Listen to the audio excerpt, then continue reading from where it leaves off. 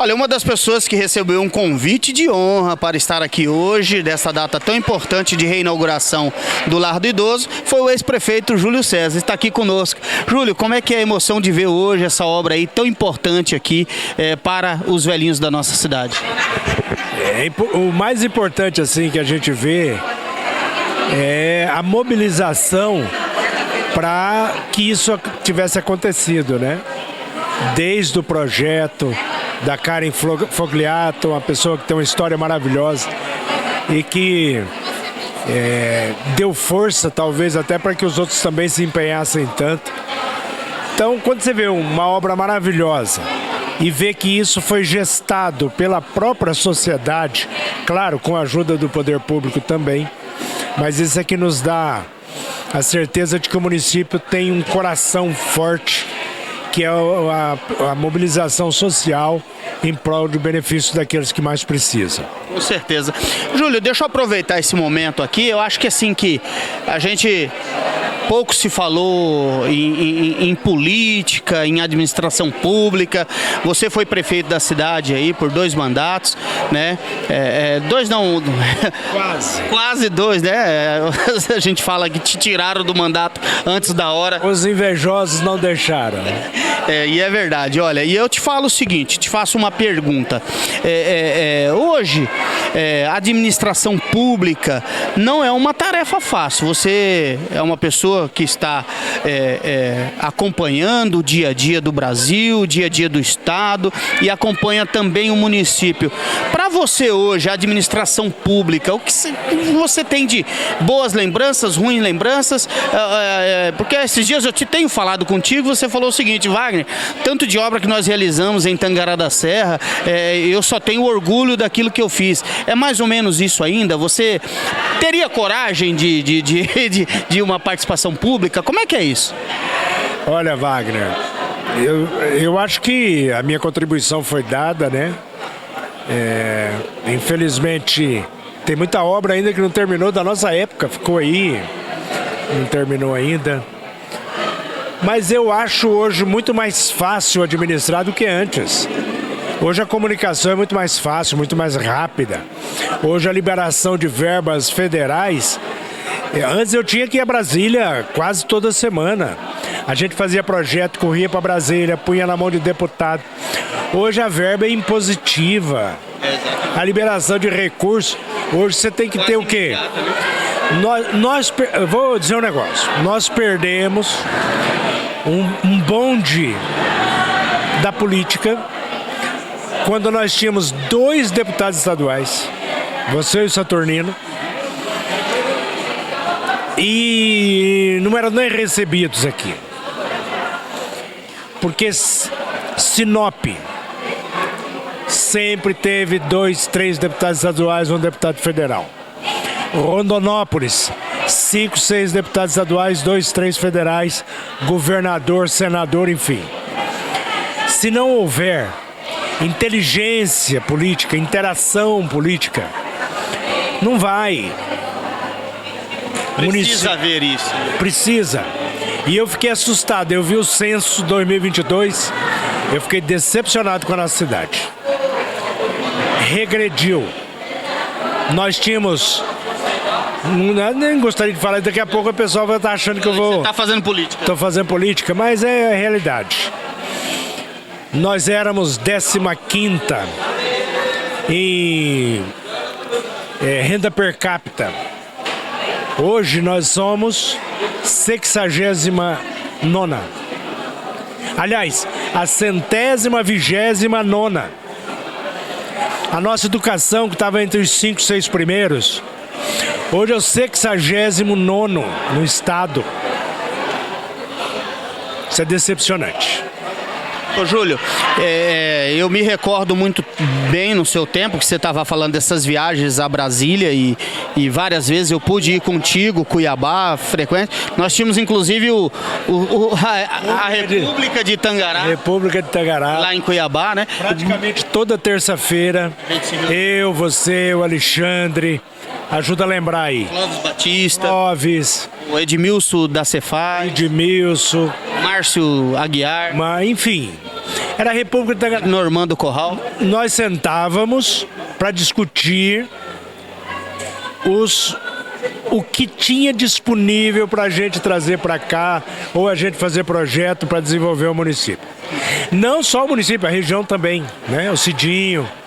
Exatamente. Agora, Júlio, eu me recordo aqui das casas populares, que foi um trabalho na sua gestão. Foi criado o bairro Barcelona, Madrid, Valência, Morada do Sol, Bela Vista, Mané Garrincha, né? Quase mais de 5.000 casas para Tangará da Serra. E hoje a gente não vê um programa habitacional sair como saía antigamente, né? Então nós temos assim essas lembranças hoje e a gente vê a população carente precisando de casa, porque sair do aluguel, o aluguel que a pessoa paga é difícil, o aluguel é complicado, né? É cruel para o cidadão. E muitas pessoas conseguiram sair do aluguel naquela época porque estava pagando a própria casa. Então são momentos que te deixam feliz nessa situação, né? Isso é um orgulho. Eu acho que agora volta essa política do Minha Casa Minha Vida, né? Com o novo governo federal. E tem que aproveitar. Nós ficamos para trás, muito para trás. E a gente precisa retomar isso. E eu vejo uma sociedade pulsando, né, como é o caso aqui hoje. Isso dá esperança de que essas forças podem se unir para políticas sociais. Eu vou dar um exemplo que a gente falava isso no rádio, na televisão, você estava junto conosco. Que era assim: se você não ajuda aquele que precisa, um dia, pode ser, a gente espera que não, que aquele menino pobre que você deixou de ajudar ele, a família, cresce e pode atravessar o caminho do seu filho com 38 na mão. E aí? Então é necessário a união social, é necessário união política, é necessário inteligência. Não adianta político burro, também não resolve. Teimoso, odiento, persegue os outros. Isso não resolve nada para o município. Dividir, né? Eu vou dar Ter habilidade. Eu vou dar um exemplo para você. Você sabe das guerras que eu tive antes de ser prefeito. Sim. Eu assumi a prefeitura, eu não denunciei, não fiz nenhuma denúncia contra os adversários meus anteriores. Os ex-prefeitos? Nenhuma. Não persegui um único funcionário, não houve perseguição social com ninguém da sociedade. Eu respondi a mais de 30 processos, respondendo, de denunciazinha caluniosa, safadeza, né? É revoltante, né, Júlio? É revoltante. E eu espero, assim, graças a Deus eu não respondo nunca respondi por desvio de recurso, por enriquecimento ilícito, nada. Só, como é que fala, esqueci, improbidade administrativa. Improbidade. Cadê o roubo? Cadê o desvio? Cadê... Ô, Júlio, eu vou lhe fazer uma pergunta e agora eu vou aproveitar para entrar num assunto que eu acho que eu não sei se você já respondeu isso ou não em algum veículo de comunicação, alguma coisa. E eu vou lhe perguntar, porque eu acredito que se você tivesse finalizado seu mandato, né, concluído o 2008, 2012, eu acredito que as coisas seriam bem diferentes. Eu vou lhe fazer essa pergunta se você estiver disposto a responder. Por que você foi cassado? Se olharem o processo da cassação, eu infelizmente acho que eu nunca respondi isso. Uma vez, talvez, numa entrevista, acho que para o Evandro Carlos. Tudo viciado o processo, todo viciado. Colocaram o meu nome, que não era processo que eu deveria responder, porque eu não estava lá. Colocaram coisas que não eram do meu período. Eu deixei do município levar um prejuízo de mais de 4.800.000 daquele negócio do Ideias, porque fizeram bobagem, cancelaram o contrato, eles dispensaram todos os funcionários, ficou para o município pagar, eu não estava no comando. Eles entraram na justiça, quase 7 milhões de reais pedindo indenização. Eu voltei para a prefeitura, negociei com os funcionários, eles retiraram, ficou 1.300.000 só lá em questionamento ainda, os outros 4 milhões e cacetada. E aí alegaram que eu teria dado prejuízo para o município de um processo que não fui eu que assinei. Eu estava internado no hospital quando isso aconteceu, mas puseram como se fosse eu. E chantagearam uma pessoa importante do processo.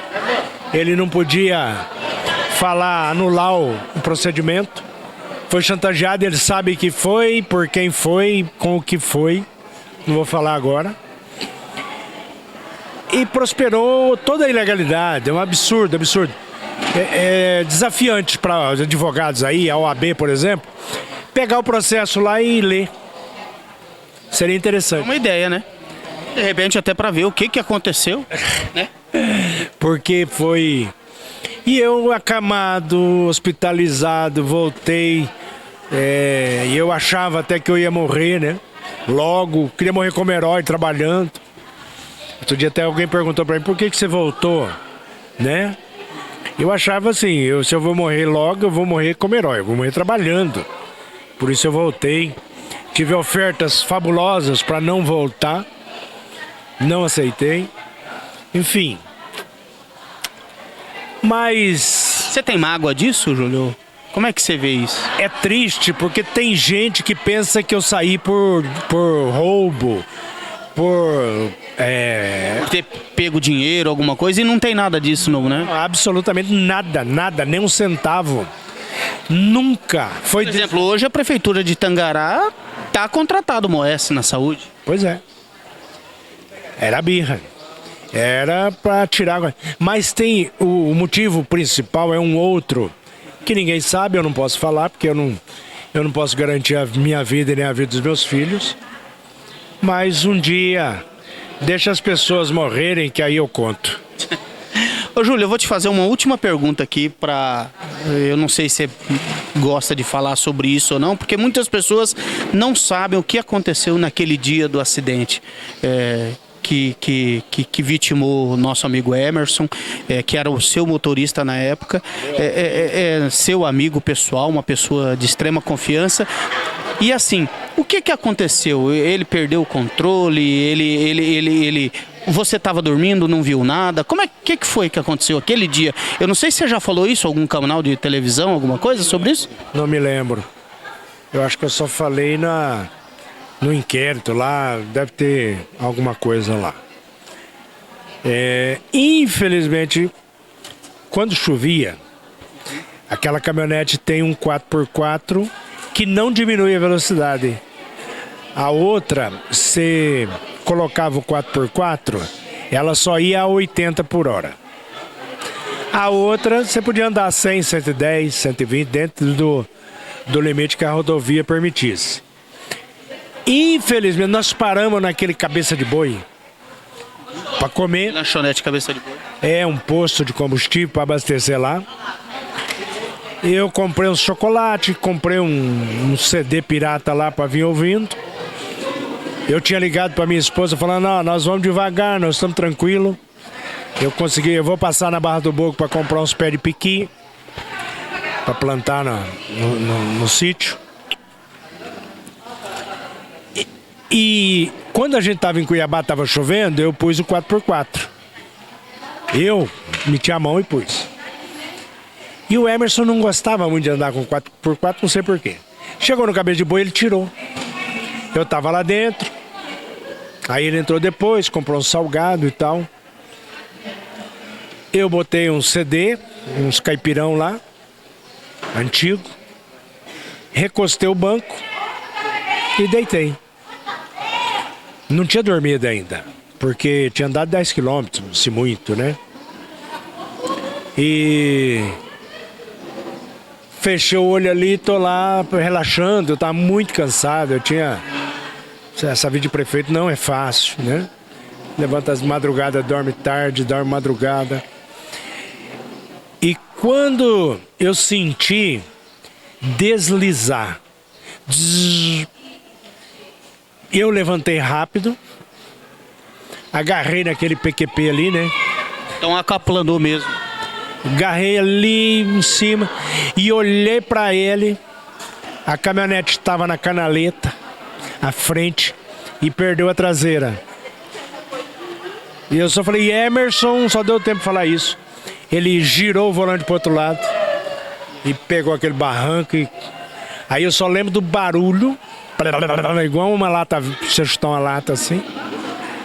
Eu apaguei, né, porque eu acordei depois com chuva no meu rosto, eu de ponta cabeça praticamente. Você acha que me viu lá na situação que tava, né? E na hora eu percebi que eu tinha muita terra assim no rosto. Eu vi minha mão com sangue escorrido assim, né, nas costas da mão. Aí eu puxei a mão para limpar meu rosto, ela caiu. Aí eu pensei, nossa, quebrou meu braço, né? Tá quebrado. Aí eu vi a outra mão para cima, na perna. Aí eu fui limpar, ela caiu e bateu no rosto. Aí piorou a minha respiração, porque a mão ficou tampando também. Até que o bombeiro chegou, né? E eu gritei várias vezes o Emerson, eu não vi que ele estava embaixo de mim. Depois que me falaram que o joelho dele estava nas minhas costas, né? E ele ficou fora do carro e prensou numa árvore. E aí que eu fui. Chegou um bombeiro, chegou um major, ele me conhecia lá de Cuiabá, né? Se identificou e tal. Aí um entrou, tirou minha mão, tirou um pouco de terra. E ali eu aguentei, fiquei respirando para não desmaiar, né? Eu me concentrei até chegar o helicóptero lá e conseguiram me tirar. Foi um dia muito difícil. Na verdade, eu não sabia que o Emerson tinha morrido, eu achei que ele tinha se salvado. Já tinham levado ele. E foi muito duro dias depois que eu saí do coma que me falaram que ele tinha falecido.